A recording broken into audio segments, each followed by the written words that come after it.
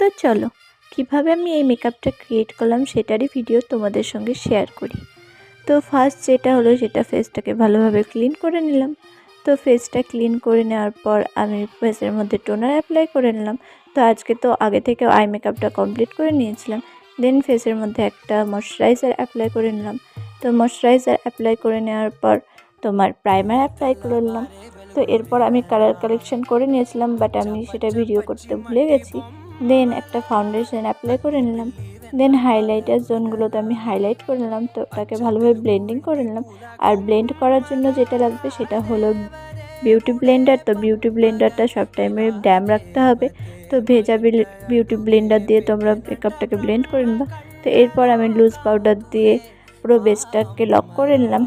তো base lock করা হয়ে যাওয়ার পর আমি চোখের মধ্যে কাজল অ্যান্ড মাস্কারা অ্যাপ্লাই করে নিলাম। তো পাউডার ব্লাশ লাগানো কমপ্লিট হয়ে গেল। তো এরপর হাইলাইটার অ্যান্ড লিপস্টিকটা লাগিয়ে নেওয়ার পর আমার ফাইনাল লুক কমপ্লিট হয়ে গেছে। তো অবশ্যই জানাবে যে আমার এই লুকটা কেমন হয়েছে। হ্যাঁ, জানি যে ভিডিওতে অত স্পষ্ট মেকআপটা বোঝা যায় না, তাও কমেন্টে জানাবে যে মেকআপটা কেমন হয়েছে। আজকের মতো